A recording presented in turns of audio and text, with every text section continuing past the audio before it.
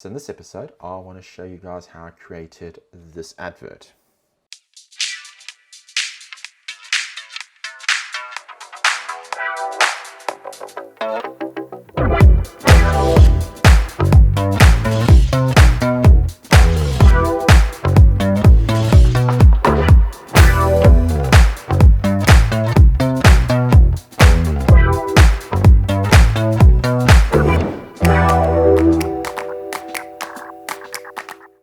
So I hope you guys enjoyed that advert. In this episode, I want to walk you guys through how I've actually created that video, and I'm going to be doing this in showing you the editing techniques that I used, the coloring techniques that I used. Unfortunately, I don't have any footage of me shooting the footage, but the footage is really easy and simple to go and recreate yourselves.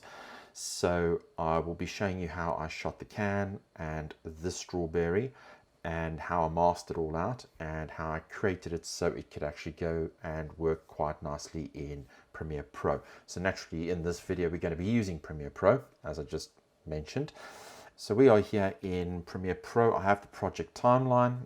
What I want to first show you guys is exactly the footage that I shot, the reason why I shot the footage the way I did, how I shot the footage, and then how I masked that very specific footage. I use assembly to see this. So this is the footage that I did shoot. So I shot the pink can, not the green can, and I used a blue screen. I put this on a Lazy Susan, I think it's called that, but a rotating table. This is an electronic one you can buy off Amazon. They're really cheap. I always recommend getting the electronic one because then you don't have to worry about getting the different speeds when you're spinning the Lazy Susan. So in this case I used the electronic one. As you can see, if we press play here, it rotates really slowly. I shot this in 4K and I shot this at 23.976 frames per second.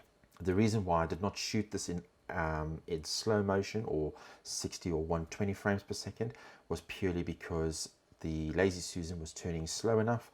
You'll see that in the timeline I have actually slowed the footage down, but it is not so slow that you would need to shoot in 60 frames.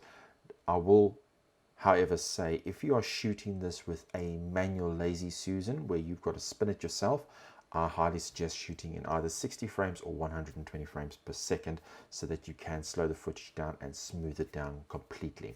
So that is the Gordon's tin. Naturally, you can use any tin you want or any product that you want to spin. The strawberry was quite simple. What I did is I took a strawberry and I took a skewer stick and I shoved it into the strawberry. I didn't shove it into the bottom part of the strawberry. I shoved it into the top part of the strawberry and then flipped the strawberry in post. The reason for that is I wanted to keep the curvature of the bottom of the strawberry nice and smooth, and it'd make life a lot easier by just doing it this way. So what I did with the skewer stick was get some blue masking tape from any hardware store, and I just wrapped some blue masking tape around it so that it will mask out easily and simply in Premiere. Right, the lighting. So I want to touch on the lighting very quickly on how I lit this.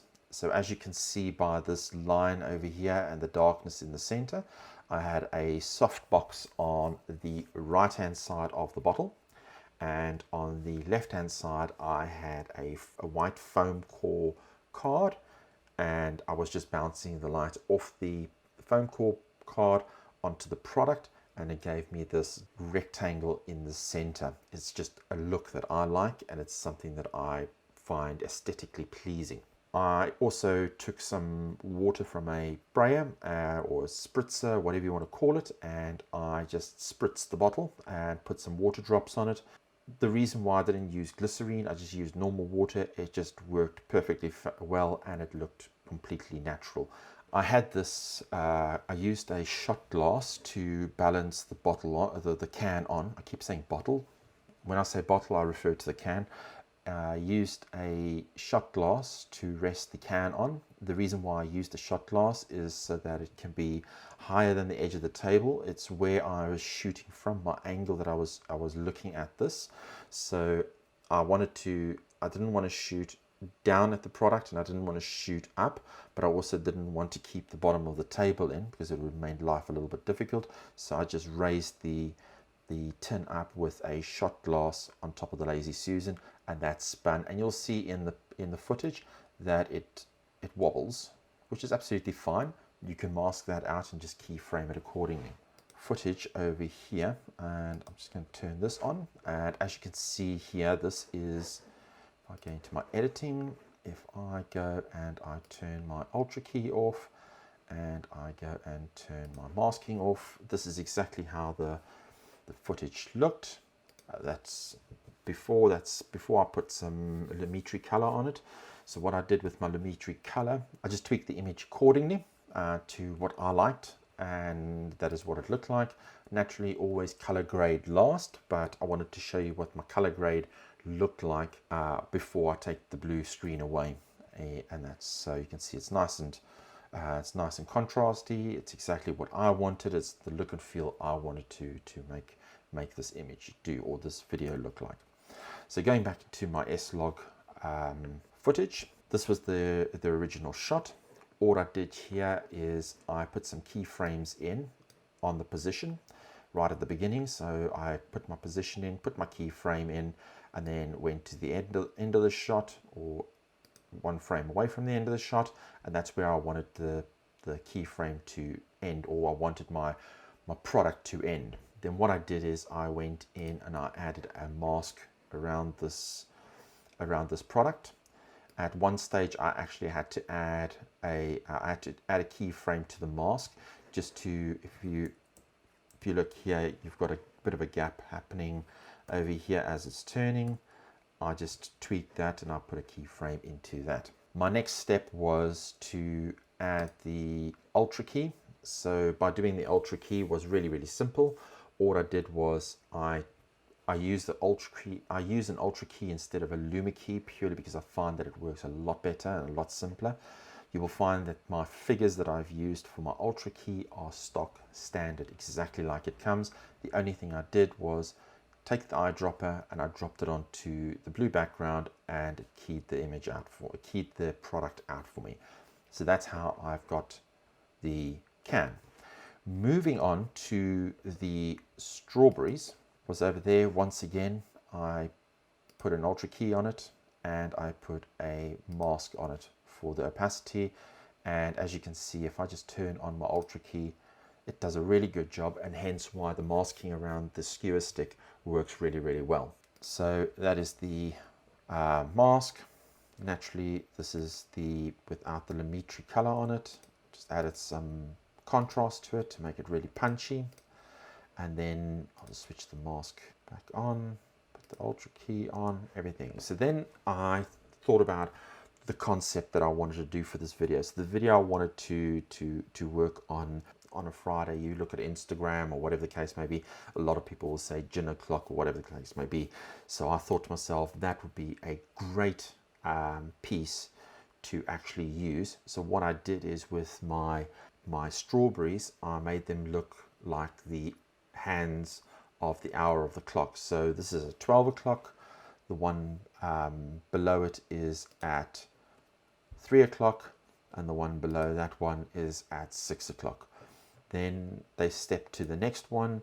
The one on the left goes to 3 o'clock, then 6 o'clock, then 9 o'clock, and then the following one will go 6 o'clock, 9 o'clock, 12 o'clock, and then once again 9 o'clock, 12 o'clock, 3 o'clock, and then 12 o'clock, 3 o'clock, 6 o'clock. So it does a full circle. It's a timing piece. That is the way I envisaged this advert coming together. Then I added the backgrounds. So the backgrounds were either pink or blue. I started off with my base layer being blue. I used pink and blue because pink and blue are complementary colors to each other. So then I added the pink, and all I did is I moved this color matte over to 50% of the, you can see there, it's just put it in there, it's half of the display. So there we go. So we have 50-50. One thing I did forget to mention at the beginning, so I created this as a 1x1 square for social media only. So at the beginning I put some text on saying don't scroll. So so it would just flick between the blue and pinks. And then I swapped out as the strawberries turned, I changed the background as well, so it went from blue to pink, and so forth. Then I added my text of strawberries, and then I went and then this was the introduction of the tin of Gordon's gin. And I have the tin moving, like I said, moving in and rotating very slowly, but it zooms in and zooms back out every time it flicks between the strawberries. So I go from 3 strawberries to 1 strawberry to 2 strawberries in a can, back to 1, once again mimicking the clock rotation on each of them. So you know that it's going to be 12 o'clock, 3 o'clock, 6 o'clock, 9 o'clock, 12 o'clock. Nice and simple. I've made this really super simple. And then I put in some text saying go with pink to illustrate once again the pink Gordon's gin. And then I closed it off with this last closing piece of the writing coming in from the left, which is this over here. What I did with this text writing at the end here is I added some directional blur. So I made sure that my direction was coming in 90 degrees and it would blur for 45 seconds, if you want to call it that. I don't know if it's what that thing, but it's just 45. So the blur length is at 45. And I did the exact same with the can itself. So the can itself also has a blur on it, directional blur. Once again, this is also from 90 degrees because it's moving the same way, so it doesn't matter. It's on the horizon length, and I gave it the blur length of 81.4. It's just a random number. It's what I thought looked nice as it goes in. And as you can see, I added a speed ramp in, so it speeds in fast and then it slows down and comes to basically a stop, and then I find exactly where it needs to stop and then I fade it out.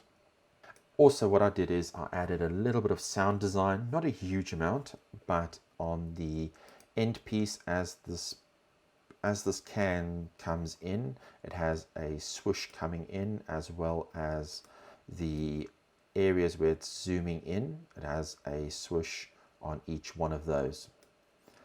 So that, in a nutshell, is exactly how I created that footage. Nice and simple, something that you could shoot, I would say you could shoot the footage within an hour, and then you can come in, you can edit. It is a very basic edit. It's not a overly complicated edit. I've tried to keep my edit super simple.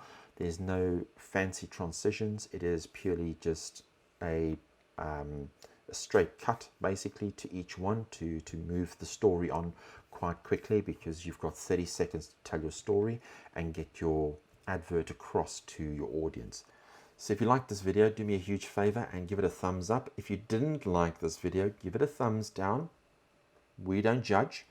And also, if you can do me a huge favor, if you can comment in this video that you liked it, or if you have a question about any of the editing techniques that I've given in this video, please feel free. I'll answer any question, I'll answer any comment, and I'll respond to all comments, even to troll comments, because it's engagement at the end of the day.